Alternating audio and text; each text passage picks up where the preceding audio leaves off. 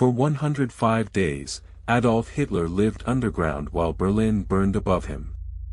What happened in those final hours in the Führerbunker has been pieced together from the testimony of the few who survived, including Hitler's personal secretary, Traudl Junge, who was just 24 years old at the time. As you imagine the claustrophobic conditions in the bunker, can you comprehend the desperation that drove Hitler to stay hidden while his city crumbled, with the Soviet Red Army, led by General Georgy Zhukov, advancing on Berlin from the east and west, having already breached the city's outer defenses by April 20, 1945. The Soviet Union had declared war on Germany on June 22, 1941, and since then, the war on the Eastern Front had been brutal, with the Soviet Union suffering over 8 million casualties, including the devastating loss of 300,000 soldiers during the Battle of Stalingrad in 1942–1943. By April 1945, the German army was in disarray, with over 1 million soldiers killed or wounded in the previous year alone, and Hitler's generals, including Gotthard Heinrichsey and Ferdinand Schorner, were struggling to maintain a coherent defense of the city. The Allies had been bombing Berlin relentlessly since 1940, with the British Royal Air Force and the United States Army Air Forces conducting over 350 raids, including the infamous firebombing of Dresden on February 13 to 15, 1945, which killed an estimated 25,000 civilians. As you consider the impact of these attacks, what do you think was the psychological toll on the German people, who had been subjected to a barrage of propaganda from Joseph Goebbels, the Reich Minister of Propaganda, claiming that the war was still winnable? On April 22, 1945, Hitler ordered General Gotthard Heinrichsey to launch a counterattack against the Soviet forces, but it was too late, and the Soviet army was closing in on the city center, with the First Belarusian Front, led by General Zhukov, capturing the Berlin suburb of Köpenick on April 23, 1945. On April 29, 1945, Hitler married his longtime companion, Eva Braun, in a small ceremony in the bunker, with only a handful of witnesses, including Hitler's personal adjutant, Otto Gunsch, and the Nazi Party secretary, Martin Bormann.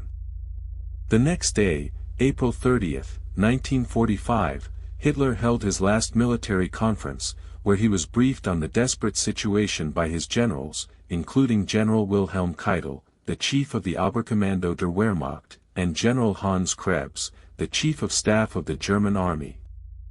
As the reality of the situation sunk in, can you imagine the emotions that must have been running through Hitler's mind as he realized that all was lost, with the Soviet army just a few blocks away, and the sound of artillery fire and small arms echoing through the streets above?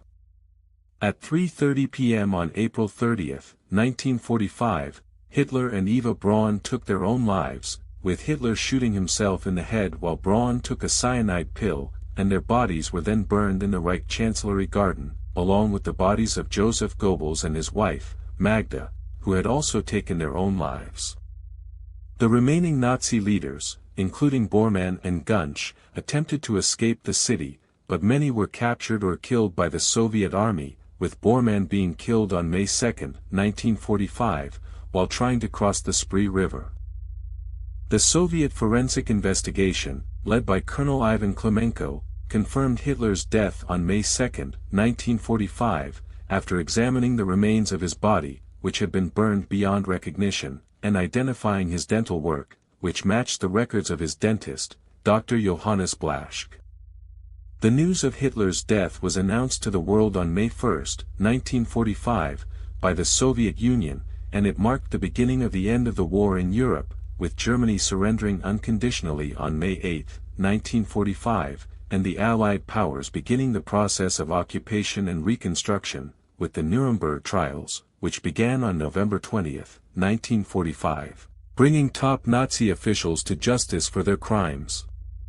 As you reflect on the significance of these events, what do you think is the most important lesson that can be learned from the downfall of the Third Reich, and how can it be applied to the world today, where the dangers of extremism and authoritarianism are still present, as seen in the rise of fascist and nationalist movements in Europe and elsewhere?